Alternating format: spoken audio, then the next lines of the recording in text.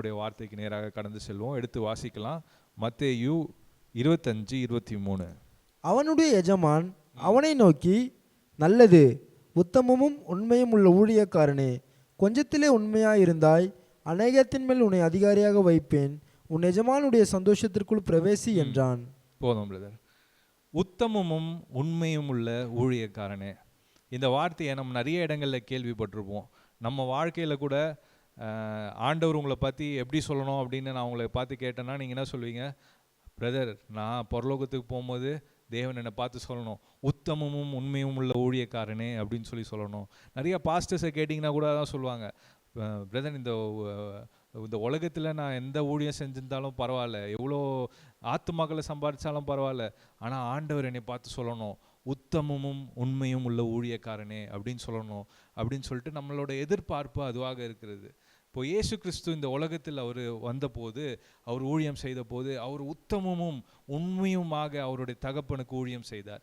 அவர் நம்மளுக்கு அவரோட வாழ்க்கையை காமித்து, இதன்படி வாழணும், இப்படி தான் வாழணும், தேவனுக்கு கீழ்ப்படிதல் உள்ள ஒரு வாழ்க்கை எப்படிப்பட்ட ஒரு வாழ்க்கையாக இருக்கும்னு சொல்லிட்டு சிலுவை மரண பரியந்தம் அவர் தேவனுக்கு ஒபீடியண்ட்டாக இருந்து, தேவனுக்கு கீழ்ப்படிந்து சிலுவை மரணத்தையும் ஏற்றுக்கொண்டு நமக்காக அவர் பாடுபட்டு அவர் ஊழியம் செய்தார்.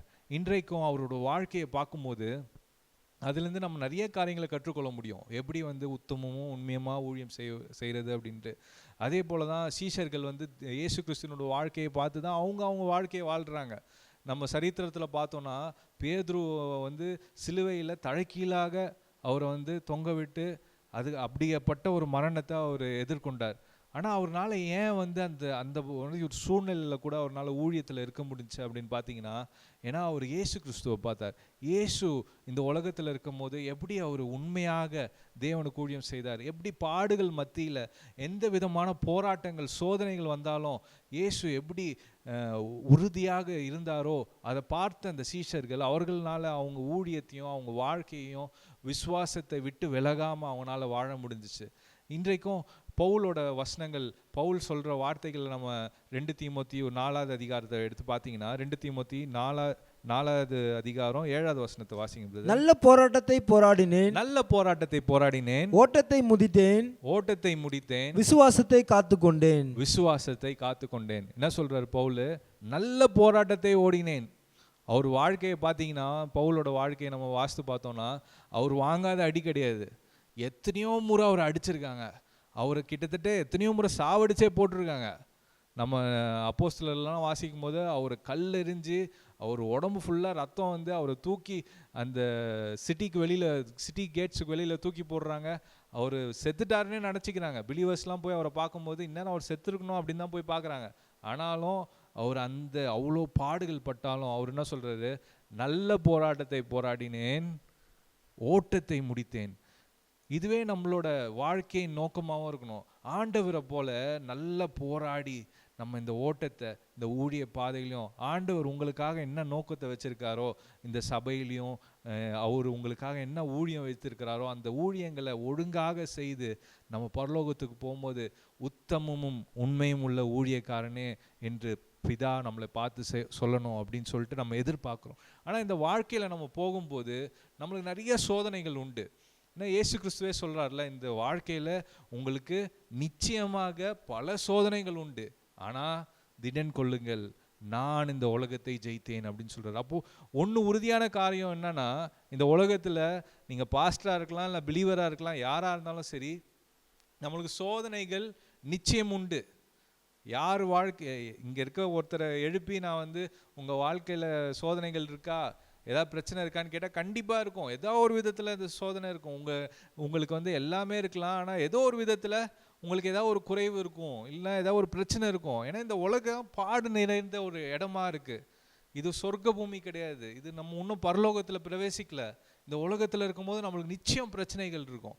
ஆனால் இந்த பிரச்சனைகள்லாம் வரும்போது நம்மளுடைய அடையாளத்தை, நம்மளோட ஊழியத்தை தடுக்கிற மாதிரி காரியங்கள் நம்ம வாழ்க்கையில் காணப்படுகிறத பார்க்குறோம். இயேசு கிறிஸ்து ஊழியத்துக்கு வரும்போது அவருக்கும் இதே மாதிரி ஒரு போராட்டம் ஏற்படுறத நம்ம பார்க்குறோம். லூக்கா 3வது அதிகாரத்தில் பார்த்தீங்கன்னா 21வது வசனம் 22வது வசனத்தை வாசிங்க. லூக்கா 3:21-22. ஜனங்கள் எல்லாரும் ஞானஸ்தானம் பெற்றபோது இயேசுவும் ஞானஸ்தானம் பெற்று இயேசுவும் ஞானஸ்தானம் பெற்று ஜெபம் பண்ணுகையில் ம், வானம் திறக்கப்பட்டது. ம், பரிசுத்த ஆவியானவர் ரூபம் கொண்டு புறாவை போல் அவர் மேல் இறங்கினார். வானத்திலிருந்து ஒரு சத்தம் உண்டாகி, நீர் என்னுடைய நேசகுமாரன், உம்மில் பிரியமாய் இருக்கிறேன் என்று உரைத்தது. இந்த அதிகாரத்தில் பார்த்தோம்னா இயேசு வந்து ஞானஸ்தானம் பெற யோவான் ஸ்நானகர்கிட்ட போகிறத நம்ம பார்க்குறோம். இது வந்து அவர் ஊழியம்லாம் ஆரம்பிக்கிறதுக்கு முன்னாடி நடந்த ஒரு காரியம். அவர் 30 வயசில் ஊழியத்தின் பாதையில் தொடங்கிறதுக்கு முன்னாடி ஞானஸ்தானம் பெறும்படிக்கு அவர் யோர்தான் நதிக்கரைக்கு அவர் போகிறாரு. அங்கே யோவான் ஸ்நானகர்கிட்ட அவர் ஞானஸ்தானம் எடுக்க போகிறாரு. அப்போ அந்த இடத்துல பிதா வந்து அவரை பார்த்து சொல்கிறாரு. என்ன சொல்கிறாரு பிதா அவரை பார்த்து? திருப்பி அந்த வசனத்தை வாசிங்க பிரதர். 22. பரிசுத்த ஆவியானவர் ரூபம் கொண்டு புறாவை போல் அவர் மேல் இறங்கினார். வானத்திலிருந்து ஒரு சத்தம் உண்டாகி, வானத்திலிருந்து ஒரு சத்தம் உண்டாயிற்று, நீர் என்னுடைய நேசகுமாரன், நீ என்னோட நேசகுமாரன், உம்மில் பிரியமாய் இருக்கிறேன் என்று உரைத்தது. எல்லாம் நல்லா கவனிங்க. என்ன சத்தம் கேக்குது? நீ என் நேசகுமாரன். இது வந்து அவர் ஊழியத்துல தொடங்குவதற்கு முன்னாடியே இந்த சத்தம் கேக்குது. என்ன சத்தம் கேக்குது? நீ என் நேசகுமாரன். அப்படியே நம்ம அடுத்த அதிகாரத்துக்கு போனோம்னா லூக்கா 4வது அதிகாரத்துல அவர் எங்க கொண்டு போகப்படுறாரு? ஆவியானவர்னால வனாந்திரத்துக்குள்ள இயேசு கிறிஸ்து போறதை நம்ம பார்க்குறோம். வனாந்திரத்துல 40 நாட்கள் அவர் வந்து சோதிக்கப்படுறாரு. எல்லா விதமான சோதனைகள், உங்களுக்கும் எனக்கும் என்ன மாதிரி சோதனைகள்லாம் இந்த உலகத்துல வருதோ எல்லா சோதனைகளும் இயேசு கிறிஸ்து அவரும் அனுபவிச்சிருக்கிறாரு. நம்ம சொல்ல முடியாது, நம்ம வந்து ஆண்டவரே நீர் தேவனா இருக்கிறீர், உங்களுக்கு தெரியாது, எங்க பிரச்சனைலாம் தெரியாது, நீர் வந்து தேவனா இருக்கிறதுனால நீர் இந்த உலகத்துல இருக்கும்போது இந்த இதெல்லாம் ஈஸியாக நீங்கள் கடந்து போயிட்டீங்க, எங்களுக்கு தான் தெரியும் இந்த உலகத்தில் வந்து எவ்வளோ பாடுகள் இருக்குது, கஷ்டம் இருக்குது அப்படின்னு நம்ம யோசிக்க முடியாது. ஏன்னா பைபிள் என்ன சொல்லுதுன்னா, அவர் நம்மளை போல எல்லா விதங்களிலும் சோதிக்கப்பட்டார் என்று நம்ம வாசிக்கிறோம். அப்போது அந்த வனாந்திரத்தில் இருக்கும்போது அவருக்கு எல்லா விதமான சோதனைகளும் வருது. நம்ம என்னென்னலாம் கஷ்டப்படுறோமோ, உங்களால் என்னென்னலாம் யோசிக்க முடியுதோ, நீங்கள் உங்கள் வாழ்க்கையில் என்னென்ன பாதைகள்லாம் கடந்து போகிறீங்களோ எல்லா பாதைகள்லையும் இயேசு கிறிஸ்துவும் கடந்து போயிருக்கிறாரு. அவர் அந்த கஷ்டங்களை அனுபவிச்சிருக்காரு. அவருக்கு தெரியும் உங்களோட அழுகை, அவருக்கு தெரியும் உங்களோட கூக்குரலை அவரை கேட்டிருக்கிறாரு, உங்களோட வருத்தங்கள் அவருக்கு தெரியும். அவர் உங்களோடு இருக்கிற ஒரு தேவன், அவர் மனுஷனாக இந்த உலகத்தில் நமக்காக வாசம் செய்த ஒரு தேவனாக இருக்கிறத நம்ம பார்க்குறோம். அப்போது அந்த வனாந்திரத்தில் அவர் இருக்கும்போது அவர் சோதிக்கப்படுறது பார்க்குறோம். இயேசு கிறிஸ்துவுக்கு நடந்த சோதனைகள் நம்ம பார்க்கும்போது 4வது அதிகாரத்தில் 3வது வசனத்தை வாசிங்க பார்க்கலாம். அப்பொழுது பிசாசு அவரை நோக்கி, நீர் தேவனுடைய குமாரனே ஆனால் இந்த கல் அப்பமாகும்படி சொல்லும் என்றான். நல்லா கவனிங்க. பிசாசு முதல்ல என்ன சொல்றான்? நீர் தேவனுடைய குமாரனே ஆனால். நம்ம போன அதிகாரத்துல தான் என்ன வாசித்தோம்? 3வது அதிகாரத்துல நீ என் தேவகுமாரன், நீ என்னோட குமாரன் அப்படின்னு சொல்லிட்டு பிதா இயேசுவை பார்த்து சொல்றதை நம்ம பார்க்குறோம். 3வது அதிகாரம் 21, 22வது வசனத்துல நம்ம இதை தான் வாசிக்கிறோம். அவர் ஞானஸ்தானம் பெற்று வெளியில வரும்போது பிதா அவரை பார்த்து சொல்றாரு, நீ என் நேசகுமாரன்னு சொல்றாரு. ஆனா 4வது அதிகாரத்துல 3வது வசனத்துல நம்ம பார்க்குறோம், பிசாசு என்ன சொல்றான்? நீ தேவனோட குமாரனே ஆனால். முதல் சோதனை நம்மளுக்கு வர்றது, நீ உண்மையாலுமே அவரோட பிள்ளை தானா? இந்த இடத்துல உட்காந்துட்டு இருக்க நம்மளுக்கு நிறைய தடவை இந்த சத்தத்தை நம்ம கேட்டிருப்போம். நம்மளுக்கு ஏதாவது ஒரு பிரச்சனை வந்துட்டா போதும், உடனே நம்ம இமீடியட்டாக நம்மளுக்கு மனசில் வர்றது என்னது? ஆண்டவரே நான் உங்கள் பிள்ளை தானே, எனக்கு ஏன்பா இப்படி நடக்கணும்? ஆண்டவரே உம்மை நான் நேசிக்கிறேன், உமக்காக தானே ஊழியம் செய்கிறேன், உமக்காக நான் என்னென்னலாம் செஞ்சுருக்கேன், எனக்கு எதுக்கு இப்படி ஒரு சோதனை வரணும்? ஏன்னா பிசாசு முதலாவது நம்ம அடையாளத்தை தாக்குவதற்கு அவன் வேகமாக வருகிறான். அவன் என்ன சொல்கிறான்? நீர் தேவனுடைய குமாரனே ஆனால். இன்றைக்கும் நம்மளையும் அப்படி தான் சோதிக்கிறான். நம்ம வாழ்க்கையிலையும் அதே போல தான் சோதனை. ஏதாவது ஒரு பிரச்சனை வந்தால் உடனே வந்து நீ உண்மையாலுமே அவரோட பிள்ளை தானா? ஃபஸ்ட்டு எந்த ஏரியாவை அட்டாக் பண்ணுறான் பாருங்க. அவர் பசியில் இருக்கார், 40 நாட்கள் உபவாசம் இருந்து அவர் பசியில் இருக்கிறதுனால அவரை பார்த்து என்ன சொல்கிறான்? ஏய் நீ அவரோட பிள்ளை தானே, நீ பசியாக இருக்குன்னு அவருக்கு தெரியும்ல, உனக்கு அவர் அப்பத்தை தரலாம்ல, இந்த கற்களை அப்பமாக மாற்றி உனக்கு கொடுக்கலாமே, நீ ஏன் அது நீ உண்மையாலுமே தேவனோட குமாரனா இருந்தால் இந்த கற்களை நீ you make them into bread, அப்பமாக மாற்றி நீ சாப்பிடு. ஆண்டவர் உனக்கு இதை செய்யாமல் வேற யாருக்கு செய்வார்? நீ அவரோட பிள்ளைன்னு என்ன சொல்கிற? நீ அவரோட குமாரன் என்ன சொல்கிற? அப்போனா இது நடக்கணும்ல, இது சாத்தியமாகணும்ல. இன்றைக்கும் நம்ம வாழ்க்கையிலையும் அதே மாதிரி தான். நம்மளால் ஃபீஸ் கட்டாமல் இருக்கும்போது, ரெண்ட்டு கட்டாமல் இருக்கும்போது, இல்லை திடீர்னு ஹாஸ்பிட்டலில் பில்லு கட்டணும், அது காசு இல்லாமல் இருக்கும், இல்லை பொருளாதாரத்தில் நம்மளுக்கு ரொம்ப லேக்கிங்காக இருப்போம், நிறைய ஃபினான்ஷியல் டிஃபிகல்ட்டிஸ் இருக்கும், நம்மளுக்கு நிறைய கடன் பிரச்சனைகள் இருக்கும். அப்போது நீங்கள் யோசிப்பீங்க, நான் முன்னாடி கூட நல்லா தான் இருந்தேன், ஆனால் இந்த சபைக்கு வந்ததுக்கப்புறமா ஆண்டவரை ஏற்றுக்கினதுக்கப்புறமா தான் எனக்கு பிரச்சனை அதிகமாக இருக்குது. ஆண்டவரை ஏற்றுக்கினதுக்கப்புறமா தான் எனக்கு இந்த மாதிரி பாடுகள் இருக்குது. என் பொருளாதாரம் ஏன் சந்திக்கப்படலை? நான் உண்மையாலுமே அவரோட பிள்ளைனா எனக்கு இந்த பொருளாதார தேவை இருக்கு, அது சந்திக்கப்படணும்ல, ஏன் அது சந்திக்கப்படலை அப்படின்ற கேள்விகள் மூலமாக நம்மளுடைய அடையாளத்தை சோதிக்கிறதுக்கு பிசாசு வருகிறான். முதலாவது அவன் என்ன பார்த்து சொல்கிறான், நீ உண்மையாலுமே அவரோட பிள்ளை தானா, அப்போனா உனக்கு பொருளாதார தேவை சந்திக்கப்படணும்ல அப்படின்னு சொல்லிட்டு நம்மளை பார்த்து கேட்பான். ஆனால் ஆண்டவர் அதுக்கு அழகாக பதில் சொல்கிறார் பாருங்க. என்ன சொல்கிறாரு? மனுஷன் அப்பத்தினால் மாத்திரம் இல்லை, தேவனுடைய வார்த்தையினாலே பிழைப்பான். ஹல்லேலூயா. இருக்கிறீங்களா எல்லாரும்? இன்றைக்கு நமக்கு பொருளாதார தேவைகள் பல உண்டு.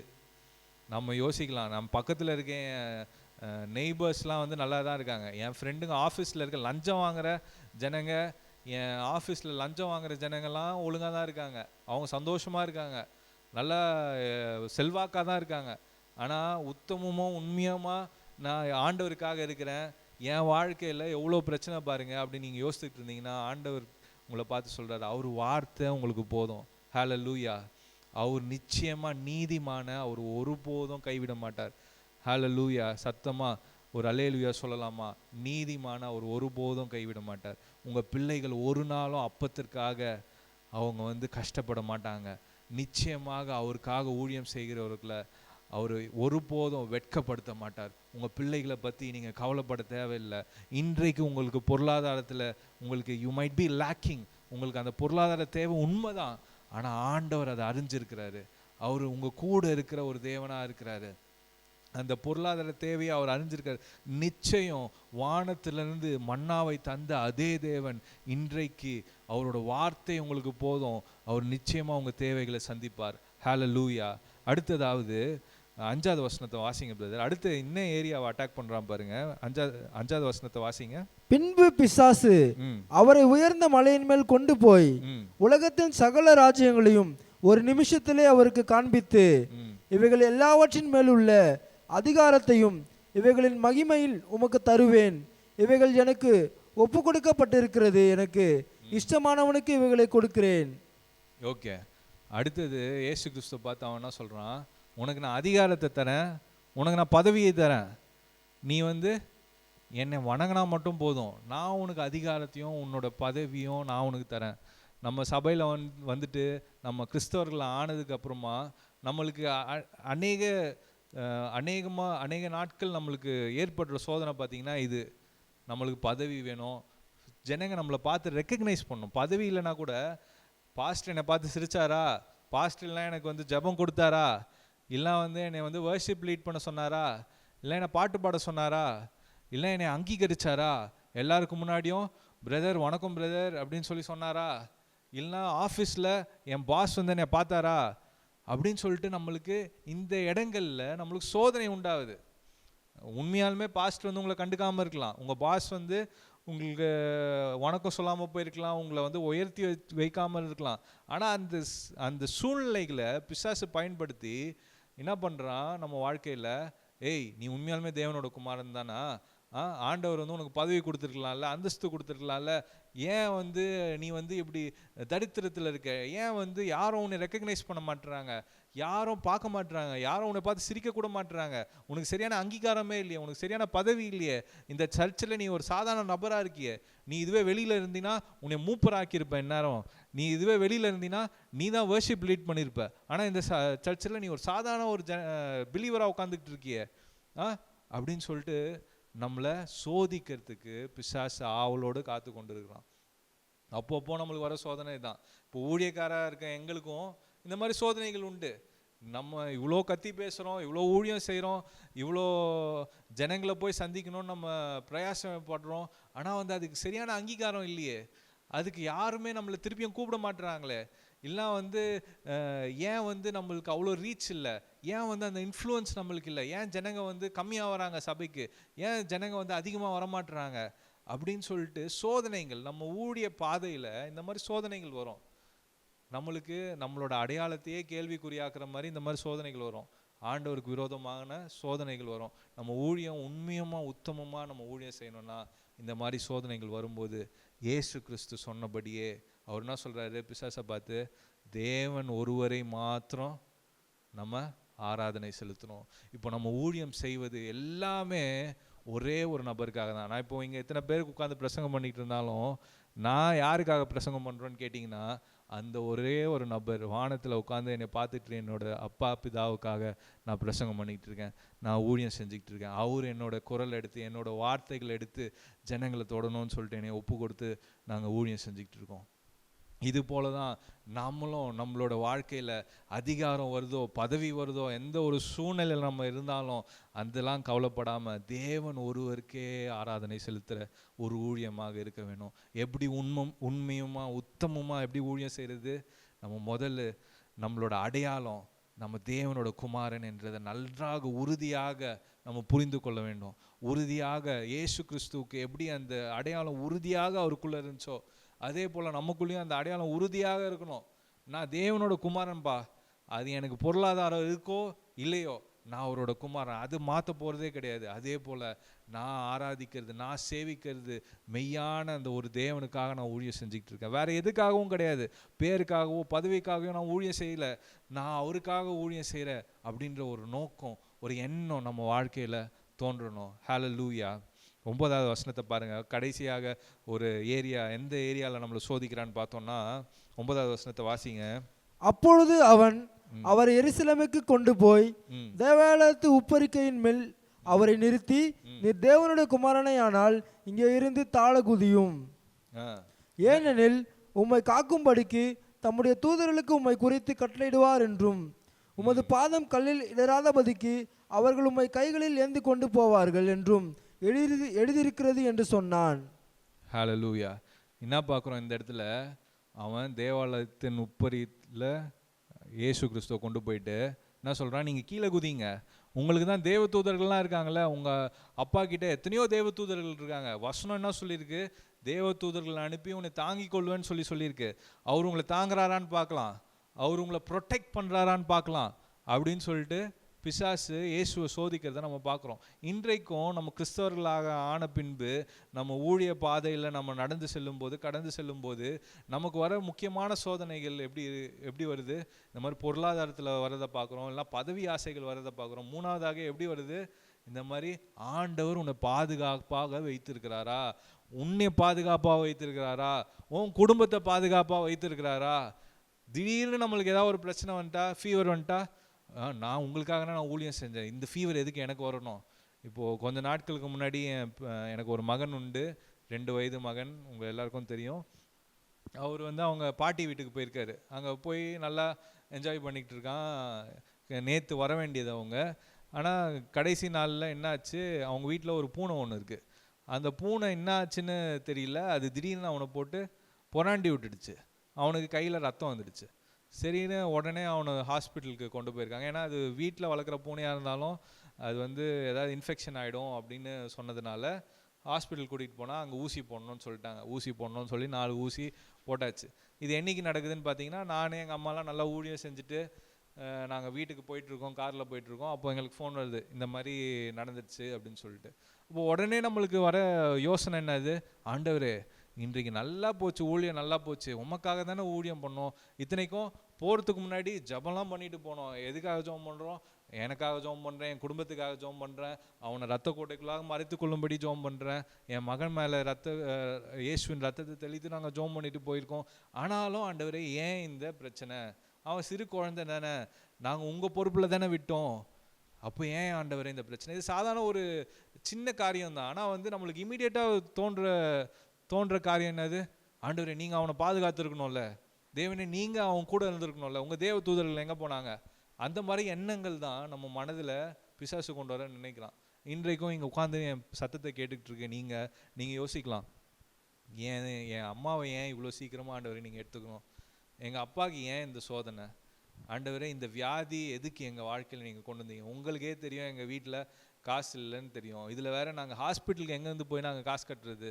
வாங்குகிற சம்பளம்லாம் வீணாக ஹாஸ்பிட்டல் செலவுக்கே போகுது. ஆண்டவரே, இந்த வாட்டி எனக்கு ஏதோ எக்ஸ்ட்ராவாக காசு போட்டாங்கன்னா அந்த காசும் வந்து நான் எங்கே கொண்டு போய் கொடுக்குறேன்? ஹாஸ்பிட்டலுக்கு தான் கொண்டு போய் கொடுக்குறேன். நீங்கள் எனக்கு பாதுகாப்பாக இருப்பேன்னு சொல்லியிருக்கீங்களே, நான் உங்கள் ஊழியத்தில் தானே இருக்கேன், என் குடும்பத்தை பாதுகாப்பேன்னு சொல்லியிருக்கிறீங்களே, ஆனால் ஏன் ஆண்டவர் இந்த சோதனை அப்படின்னு கேள்விகளோடு நீங்கள் இங்கே அமர்ந்திருக்கலாம், இல்லை ஆன்லைனில் நீங்கள் பார்த்து கொண்டிருக்கலாம். ஆனால் ஆண்டவர் சொல்கிறாரு, அவர் உங்கள் கூடயே இருக்கிற ஒரு தேவன். அப்போது இயேசு கிறிஸ்து அந்த இடத்துல வனாந்திரத்தில் இருக்கும்போது பிசாசு இந்த மாதிரி ஒரு சோதனையை கொண்டு வரும்போது அவர் என்ன சொல்கிறாருன்னு பார்க்கலாம். அந்த வசனத்தை வைத்து வாசிங்க. 9வது வசனத்திலிருந்து வாசிங்க பிரதர். அப்பொழுது அவன் அவர் எருசலேமுக்கு கொண்டு போய் தேவாலயத்து உப்பருக்கையின் மேல் அவரை நிறுத்தி, நீர் தேவனுடைய குமாரனை ஆனால் இங்கிருந்து தாழ் குதியும், ஏனெனில் உம்மை காக்கும்படிக்கு தம்முடைய தூதர்களுக்கு உம்மை குறித்து கட்டளையிடுவார் என்றும், உமது பாதம் கல்லில் இடராதபடிக்கு அவர்கள் உம்மை கைகளில் ஏந்தி கொண்டு போவார்கள் என்றும் எழுதியிருக்கிறது என்று சொன்னான். அதற்கு இயேசு, உன் தேவனாகிய கர்த்தரை பரீட்சை பாராதிருப்பாயாக என்று சொல்லியிருக்கிறதே என்றார். உன் தேவனாகிய கர்த்தரை பரீட்சை பாராதிருப்பாயாக என்று சொன்னார். என்ன சொல்றாரு? Do not test the Lord your God. உன் தேவனாகிய கர்த்தரை பரீட்சை பாராமல் இருப்பாயாக. இன்றைக்கும் இந்த மாதிரி கேள்விகள்லாம் நம்ம வாழ்க்கையில் வரும்போது, நம்ம சோர்ந்து போகும்போது, ஆண்டவர் நம்ம எப்படி இருக்கணும்? உறுதியா, ஆண்டவரே நீர் நன்மையானவர், நீர் உண்மை உள்ளவர். ஏன்னா நம்ம உறுதியாக இருக்கும்போது நம்ம ஃபஸ்ட்டு புரிஞ்சு கொள்ள வேண்டிய முக்கியமான ஒரு காரியம் என்னது? இந்த தேவன் வந்து நல்ல தேவன். சொல்லுங்கள், என் கூட சேர்ந்து சொல்லுங்கள். He is a good father. ஒரு நல்ல தகப்பன், ஒரு நல்ல தகப்பன். சொல்லுங்கள், உண்மையாலுமே உணர்ந்து சொல்கிற மாதிரி சொல்லுங்கள். அவர் ஒரு நல்ல தகப்பன். அவர் வந்து இன்னைக்கு வந்து நீங்கள் வந்து கஷ்டப்படணும், உங்களுக்கு வந்து இந்த உபத்திரவம் வரணும், உங்களுக்கு இந்த வியாதி வரணுன்றது அவர் சித்தமே கிடையாது. இன்றைக்கு இதை பார்த்து கொண்டு இருக்கிறவங்க வியாதியில் இருந்தீங்கன்னா நான் சொல்கிறேன், இந்த வியாதி உங்கள் மேலே இருக்கணும்னு அவரோட சித்தமே கிடையாது. அவர் ஒரு நல்ல தகப்பன். உங்களுக்கு சுகம் தரணும்னு அவர் விரும்புகிறாரு, நீங்கள் செழிப்பாக வாழணும்னு அவர் விரும்புகிறாரு, நீங்கள் ஆரோக்கியமாக இருக்கணும்னு அவர் விரும்புகிற ஒரு தேவன். அப்படிப்பட்ட தேவனை தான் நம்ம ஆராதிக்கிறோம். ஸோ நம்ம புரிஞ்சிக்க வேண்டிய காரியம், ஆண்டவர் என்னோட தேவன், நான் ஆராதிக்கிற தேவன்.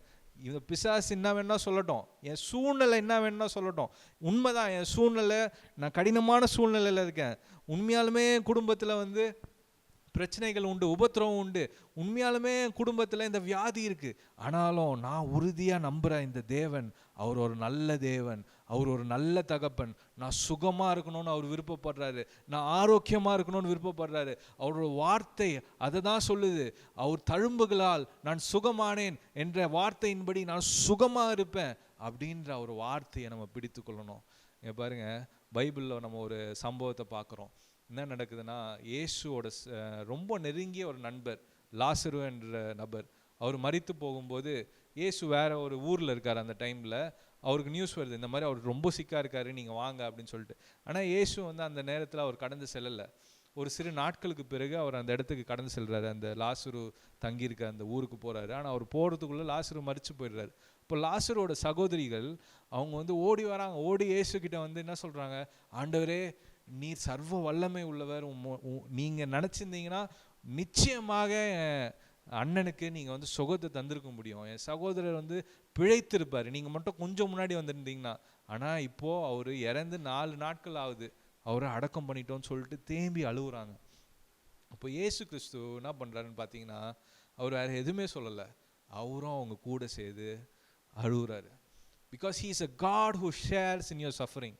நீங்கள் எந்த சூழ்நிலையில் கடந்து சென்று கொண்டு இருந்தாலும் சரி, நீங்கள் நினைக்கலாம் நீங்கள் தனிமையில் இருக்கீங்க, நீங்கள் தனியாக கஷ்டப்பட்டுக்கிட்டு இருக்கீங்கன்னு. ஆனால் இந்த நல்ல தகப்பன் உங்களை பார்த்து சொல்கிறாரு, அவர் உங்கள் மத்தியில் இருக்கார், அவர் உங்கள் மத்தியில், உங்கள் சூழ்நிலை மத்தியில் அவர் உங்கள் கூட இருக்கார், உங்கள் கரத்தை பிடித்து கொண்டு இருக்கிறார். அவருக்கு இது லேசான காரியம், உங்களுக்கு சுகம் தர்றது அவருக்கு லேசான காரியம். ஆனால் இந்த சூழ்நிலை நீங்கள் கடந்து செல்லும்போது அவர் உங்கள் கூட இருக்கிற ஒரு தேவனாக இருக்கிறார். அதனால தான் தாவீது சொல்கிற நம்ம பார்க்குறோம், சங்கீதம் 23 நம்ம வாசிக்கிறோம். என்ன வாசிக்கிறோம்? நான் மரண இருளின் பள்ளத்தாக்கில் நடக்கும்போது தேவரீர் நீர் என்னோடு கூட இருக்கிறீர். பாருங்க, மரண இருளின் பள்ளத்தாக்கு. அந்த பள்ளத்தாக்கு எப்படிப்பட்டதான்? மரண இருள், இருள் நிறைந்த ஒரு பள்ளத்தாக்கு. இருள்னா எப்படி? அப்போ இருள்னா அந்த இடத்துல வெளிச்சமே கிடையாது, வெளிச்சமே இல்லாத ஒரு சூழ்நிலை. அடுத்து என்ன பண்ண போறோன்னே தெரியாத ஒரு சூழ்நிலை. கண்ணு கெட்டின தூரம் ஃபுல்லா இருட்டு தான் இருக்கு. அந்த மாதிரி ஒரு பள்ளத்தாக்கில் நான் நடந்தாலும் அப்படின்னா யாரும் என் பக்கத்தில் இருக்காங்களோ இல்லைனாலும் ஆண்டவரே நீர் என் கூட இருக்கிறீர். தாவீது அதை தான் சொல்றாரு, ஆண்டவரே நீர் என் கூட இருக்கிறீர். இன்றைக்கும் நம்மளுக்கு இந்த மாதிரி நம்மளோட பாதுகாப்பு, நம்மளோட குடும்பத்தின் பாதுகாப்பு, அந்த மாதிரி காரியங்கள் அஃபெக்ட் ஆகும்போது தேவனை பார்த்து நம்ம புரிந்து கொள்ள வேண்டிய ஒரு விஷயம், அவர் நல்ல தேவன், அவர் நல்ல தகப்பன், நம்ம கூட இருக்கிற ஒரு தேவன். எந்த ஒரு சூழ்நிலையாக இருந்தாலும் அவர் நம்மளை கைவிடாத ஒரு தேவன். அவர் சொல்கிறாரு, நான் உன்னை விட்டு விலக மாட்டேன், ஒருபோதும் விலக மாட்டேன் அப்படின்னு சொல்கிறாரு. முடிவு பரியந்தம் நான் உன் கூட இருப்பேன் அப்படின்னு சொல்கிறாரு. அப்படிப்பட்ட தேவனோட நம்ம இருக்கிறோம். ஸோ இந்த ஊழிய பாதையில் நம்ம விசுவாசிகளாக இயேசுவை நம்ம பின்பற்றும் போது நமக்கு இந்த மாதிரி நிறைய சோதனைகள் வரும். முதலாவது நான் சொன்னேன், எந்த மாதிரி ஏரியாஸ்லாம் நம்மளுக்கு அட்டாக் வரும், பொருளாதாரத்தில் அட்டாக் வரும் அப்படின்னு சொன்னேன். அதுக்கப்புறம் நம்மளுக்கு பாதுகாப்பு, பதவி, இந்த மாதிரி யாருமே நம்மளை ரெக்கக்னைஸ் பண்ணாமல் போகலாம். ஆனால் இதன் மத்திக்கு நடுவில் நம்ம எப்படி நம்ம ஊழியம் செய்யணும், நம்ம அடையாளத்தில் உறுதியோடு நம்ம ஊழியம் செய்யணும். நம்ம அடையாளம் என்னது, நம்ம அவரோட குமாரன், அவரோட பிள்ளைகள் என்ற அடையாளத்தில் நம்ம உறுதியாக இருக்கணும். ஆண்டவரே நீங்கள் என்னை நேசிக்கிறீங்க, நான் உங்களோட பிள்ளை, நீங்கள் என்னை அபிஷேகம் பண்ணியிருக்கிறீங்க, அந்த அபிஷேகம் உண்மையான அபிஷேகம், நீங்கள் என்னை ஊழியத்துக்கு அழைச்சிருக்கீங்க, நீங்கள் என்னை இந்த சபைக்குள்ளே நீங்கள் இணைத்தது நீங்கள் தான். ஆண்டவரே நான் வேறு மார்க்கத்தில் இருந்தாலும் என்னை ஆண்டவரே நீர் உங்களுடைய கரத்தால் என்னை விடுவித்து, ஆண்டவரே என் குடிப்பழக்கத்திலேருந்து என்னோட பிரச்சனைகள்லேருந்து என்னை விடுதலை செய்து ஆண்டவரே மெய்யான வழிக்கு நேராக நடத்தி வந்த தேவன் நீர். ஆண்டவரே என்னை பார்த்து நீர் நல்ல தகப்பனாக, நீர் என் கூட இருக்கிற ஒரு தேவன் என்ற ஒரு அடையாளத்தில் நம்ம உறுதியாக இருக்கணும். அடுத்ததாவது காரியம், நம்ம அவரோட அபிஷேகத்தோடு ஊழியம் செய்யணும். முதலாவது காரியம் அடையாளத்தில் உறுதியோடு ஊழியம் செய்யணும். ரெண்டாவது அவரோட அபிஷேகத்தில் நிறைந்து ஊழியம் செய்யணும். பரிசுத்த ஆவியானவரோட நிறைவால ஊழியம் செய்யணும். எடுத்து வாசிக்கலாம், லூக்கா 4வது அதிகாரம் 14வது வசனத்தை வாசிங்க. பின்பு இயேசு அவருடைய பலத்தினாலே கலிலேயாவுக்கு திரும்பி போனார். அவருடைய கீர்த்தி. போதும் பிரதர். பின்பு இயேசு ஆவியானவருடைய பலத்தினாலே, அவருடைய பலன்னா யாரோட பலன், ஆவியானவருடைய பலத்தினாலே கலிலேயாவுக்கு திரும்பி போனார். அடுத்த 5வது அதிகாரத்தில் முதல் வசனத்தை சேர்த்து வாசிங்க. பின்பு அவர் கெனசரத்து கடல் அருகே நின்ற போது திரளான ஜனங்கள் தேவ வசனத்தை கேட்கும்படி அவரிடத்தில் நெருங்கினார்கள். அப்பொழுது கடற்கரையிலே நின்ற 2 படகுகளை கண்டார். மீன் பிடிக்கிறவர்கள் அவைகளை விட்டு இறங்கி வலைகளை. Okay brother. லூக்கா 4:14 லூக்கா 5வது அதிகாரம் முதல் வசனத்துல நம்ம பார்த்தோம்னா, அவர் 40 நாட்கள் அந்த வனாந்திரத்தில் இருந்துட்டு திரும்பி செல்லும்போது ஆவியானவர்னால நிறைந்தவராக போய் கலிலேயாவில் போய் ஊழியம் செய்கிறத நம்ம பார்க்குறோம். ஆவியினால நிறைந்தவராக அவர் அந்த இடத்துல போய் ஊழியம் செய்கிறத நம்ம பார்க்குறோம். இப்போ ஊழியத்துக்கு முதல் நம்மளுக்கு தேவையான விஷயம் அடையாளம், அடுத்தது ஆவியானவரோட அபிஷேகம். அபிஷேகம் இல்லாத ஒரு வாழ்க்கை, அபிஷேகம் இல்லாத ஒரு ஊழியம், இட் இஸ் நாட் எஃபெக்டிவ். நம்மளால் நம்ம எபிலிட்டிஸ் வச்சு ஒரு குறிப்பிட்ட காரியங்கள் தான் நம்மளால் பண்ண முடியும். நீங்கள் நல்ல பாடகராக இருக்கலாம், நல்ல பாட்டு உங்களுக்கு வருமா இருக்கலாம், ஆனால் அது மூலமாக நீங்கள் வர்ஷிப் நீங்கள் பண்ணோம் அப்படின்னு நினச்சிங்கன்னா அது கண்டிப்பாக யாருக்கும் பிரயோஜனமாக இருக்காது. நீங்கள் ஒரு நல்ல பேச்சாளராக இருக்கலாம், அதனால நீங்கள் நல்ல பிரசங்கம் பண்ணிட முடியும் அப்படின்னு நம்ம சொல்ல முடியாது. ஏன்னா ஆவியானவர் இல்லாத ஒரு வாழ்க்கை, ஆவியானவரோட பலத்தினால செய்யாத ஒரு காரியம் எதுவுமே உபயோகமற்றது. ஹல்லேலூயா. இன்றைக்கும் சாதாரண ஜனங்கள், பைபிளில் என்ன பார்க்குறோம், சாதாரண ஜனங்கள், எளிய மக்கள், பேதைகளை கொண்டு தான் ஆவியானவர் பயன்படுத்துகிறாராம். நம்ம பெருமையாக நம்மளோட எபிலிட்டிஸில் நம்ம ரிலை ஆகிட்டு இருந்தோம்னு வச்சிங்களேன். நான் நல்லா பாடுவேன், அதனால் நான் நல்லா வர்ஷிப் லீடர் ஆவேன் அப்படின்னு நீங்கள் நினச்சிங்கன்னா நிச்சயமாகவே நீங்கள் எவ்வளோ பாட்டு பாடினாலும் ஒரு நபர் கூட தொடப்பட போகிறது கிடையாது. ஏன்னா ஆவியான ஒரு பலத்தோடு நம்ம எப்போ செயல்படுறோமோ அப்போ தான் அங்கே விடுதலை உண்டு. ஹல்லேலூயா. இன்றைக்கும் தேவன் நம்மளை பார்த்து சொல்கிறாரு, நம்ம எப்படி ஊழியம் செய்யணும், ஆவியினால் நிறைந்தவர்களாக, ஆவியானவர்னால நிரப்பப்பட்டவர்களாக நம்ம ஊழியம் செய்ய வேண்டும். அது நம்மளுக்கு ரொம்ப அவசியமான ஒரு காரியமாக இருக்குது. ஒரு உண்மை சம்பவம், ஹைடி பேக்கர் என்று ஒரு ஊழியக்காரமாக அவங்களும் அவங்க ஹஸ்பண்டும் வந்து ஹாங்காங் தேசத்துக்குள்ள ஊழியம் செய்கிறதுக்கு அவங்க போகிறாங்க. இந்த ஹைடி பேக்கர் வந்து ஒரு நல்ல செல்வாக்கான ஒரு குடும்பத்திலேருந்து வராங்க. அவங்க ஒரு நல்ல குடும்பத்தை சார்ந்தவங்க, நிறைய சொத்துக்கள் இருக்குது. ஆனால் அது எல்லாத்தையும் விட்டுட்டு ஆண்டவர் அவங்கள வந்து ஊழியத்தை அழைச்சதுனால அவங்க ஹாங்காங் தேசத்தில் போய் ஊழியம் செய்கிறதுக்கு போகிறாங்க. அங்கே ஹாங்காங் தேசத்தில் அவங்க ஊழியம் செய்யும்போது அவங்க எத்தனையோ நாட்கள் வந்து எவ்வளோ ட்ரை பண்ணி பார்க்குறாங்க. அவங்களோட சுய முயற்சினால் எத்தனையோ காரியங்கள் பண்ணுறாங்க. ஆனால் அவங்களால வந்து ஒரு ஆத்மாவை கூட சம்பாதிக்க முடியல. அந்த இடத்துல அவங்க சபையை ஸ்தாபிச்சு கூட ஒரு ஆத்மாக்கள் கூட ஆண்டவருக்குள்ளே கொண்டு வர முடியல. அப்போ அவங்க ரொம்ப சோர்ந்து போயிட்டு என்ன பண்ணுறாங்க, திருப்பியும் அவங்க வீட்டுக்கு போயிட்டு கொஞ்ச நாள் வீட்டில் இருக்கும்போது திருப்பியும் அவங்களுக்கு இன்னொரு யோசனை இருக்குது. சரி, இந்த வாட்டி நம்ம இந்தோனேஷியா தேசத்துக்கு போகலாம் அப்படின்னு சொல்லிட்டு இந்தோனேஷியா என்ற ஒரு தேசத்துக்கு அவங்க கடந்து செல்கிறாங்க. அங்கேயும் போயிட்டு அவங்களும் அவங்க கணவரும் சேர்ந்து ஒரு சபையை ஸ்தாபிக்கிறாங்க. அந்த சபையில் வந்து ஊழியம் செய்கிறாங்க. ஆனால் அந்த சபையிலையும் நம்மளால் எதையும் பார்க்க முடியல. ஒரு நபர் கூட ரட்சிக்கப்படல, யாரும் சபைக்கு வர மாட்டுறாங்க, ஒரு ரிசல்ட்டு கூட அவங்களால பார்க்க முடியல. அவங்க ரொம்ப சோர்வடைகிறாங்க.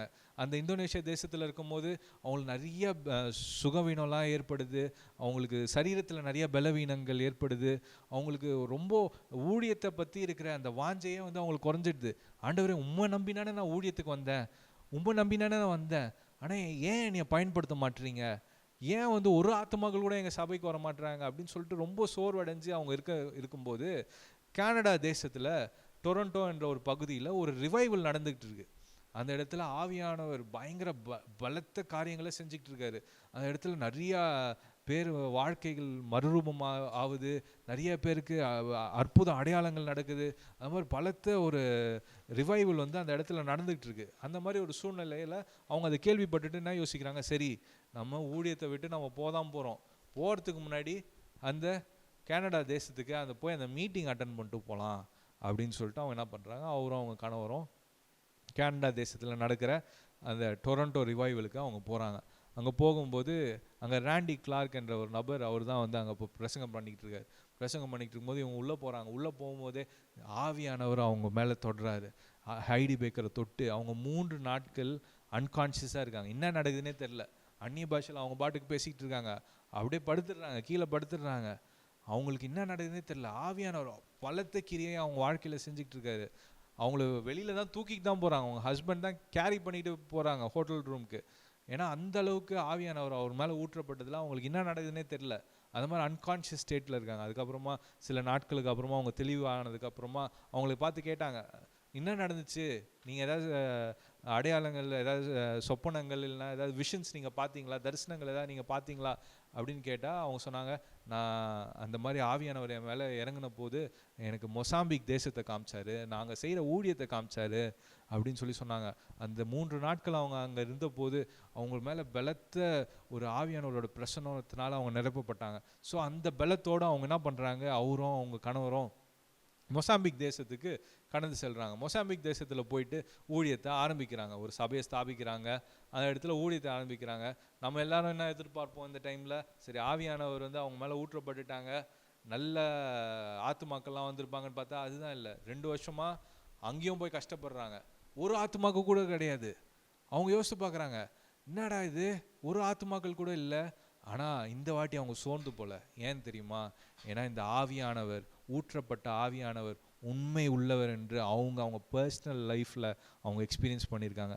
அவங்க சரீரத்தில் ஆவியானவரோட பிரசனத்தை அவங்க உணர்ந்ததுனால, ஆவியானவர்னால நிரப்பப்பட்ட அந்த அனுபவம் உண்மை என்று அவங்க உணர்ந்ததுனால, அந்த சூழ்நிலையில் அவங்க கடந்து சென்றாலும், நெருக்கமான சூழ்நிலைகள், ஊழியத்தில் நெருக்கமான சூழ்நிலைகள், குடும்பத்தில் நெருக்கமான சூழ்நிலைகளில் கடந்து சென்றாலும், அந்த ஆவியானவரோட பிரசனத்தை உணர்ந்த ஒரு மனிதனாக இருந்ததுனால, உணர்ந்த ஒரு நபராக இருந்ததுனால, அந்த அம்மாவனால் இந்த வாட்டி சோர்ந்து போகாமல், ஆண்டவரே நீங்கள் உண்மை உள்ளவர், ஆவியானவரே உங்கள் பிரசனத்திற்காக நன்றி அப்படின்னு சொல்லிட்டு தினந்தோறும் உற்சாகத்தோடு அவங்க ஊழியம் செய்து கொண்டதாங்க.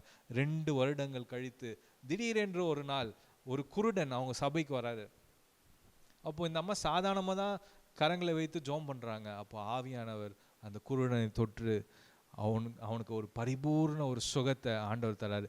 இந்த சந்தியை கேள்விப்பட்ட அந்த தேசத்தில் இருக்க எல்லா மக்களும் இந்த சபைக்கு ஓடி வர ஆரம்பிக்கிறாங்க. அங்கே இன்றைக்கு நீங்கள் பார்த்தீங்கன்னா Heidi Baker one of the most influential leaders in that country. ஒரு நல்ல ஊழியக்காரமாக இன்னும் அந்த தேசத்தில் தான் அவங்க ஊழியம் செஞ்சுக்கிட்டு இருக்காங்க. இன்னும் பல தேசங்களுக்கு அவங்கள அழைத்து அவங்கள ஊழிய வாய்ப்புகள் அவங்களுக்கு ஏற்பட்டு அவங்களுக்கு நிறைய ஊழிய பாதைகள் திறக்கப்பட்டது. ஆனால் இன்றைக்கும் அந்த மொசாம்பிக் தேசத்தில் தான் அவங்க இன்னும் ஊழியம் செஞ்சுக்கிட்டு இருக்காங்க.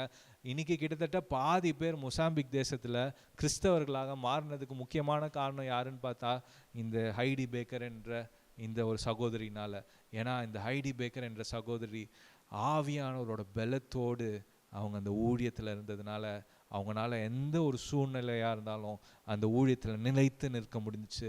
எந்த ஒரு சூழ்நிலையாக இருந்தாலும் ஆண்டவரோட ஒரு ஐக்கியத்தில் அவங்களால இருக்க முடிஞ்சிச்சு.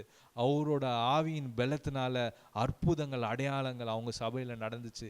இன்றைக்கும் இங்கே உட்காந்துக்கிட்டு இருக்க ஒவ்வொரு நபர்கள்கிட்டையும் நான் சொல்கிறேன், அங்கே ஆன்லைனில் பார்க்குறவங்களும் நம்ம ஆவியானவரோட பலத்தோடு மாத்திரம்தான் நம்ம ஊழியம் செய்ய முடியும். we need to minister with the anointing and the power of the Holy Spirit.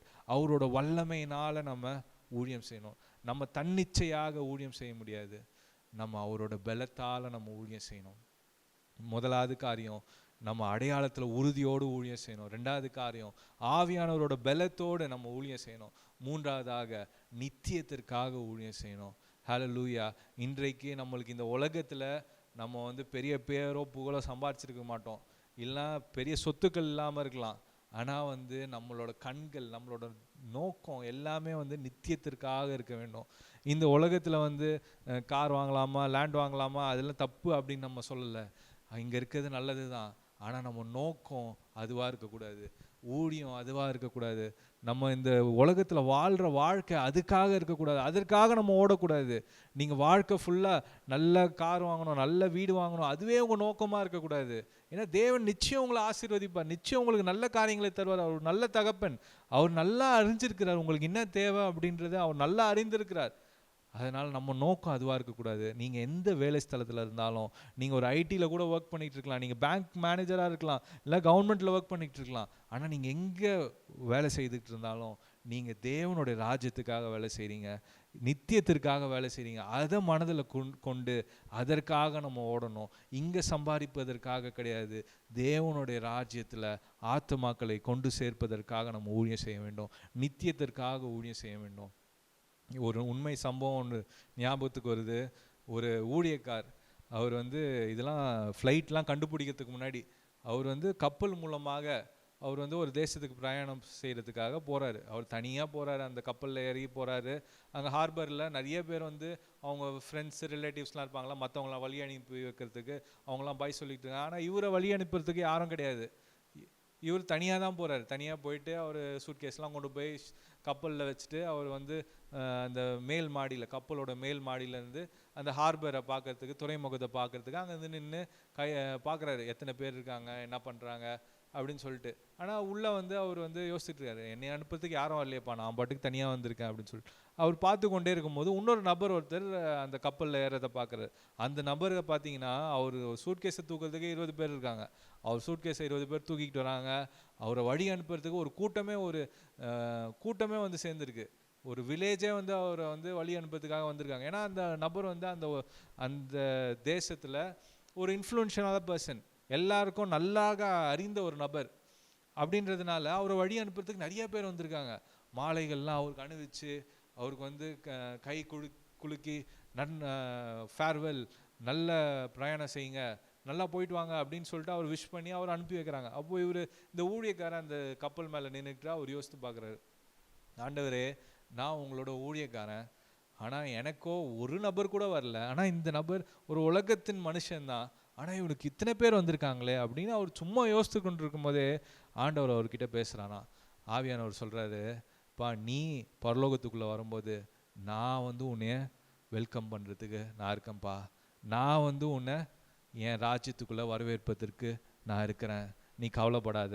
நீ என் ராஜ்யத்துக்குள்ளே வரும்போது நானும் என் சேனைகளும் தேவ தூதர்களும் மூப்பர்களும் உன்னை வெல்கம் பண்ணுறதுக்கு நாங்கள் இருக்கிறோம்ப்பா, உன்னை வரவேற்பதற்கு நாங்கள் இருக்கிறோம், உனக்காக நாங்கள் இருக்கிறோம் அப்படின்னு சொல்லிட்டு ஆவியானவர் சொல்கிறத அவர் புஸ்தகத்தில் எழுதுறாரு.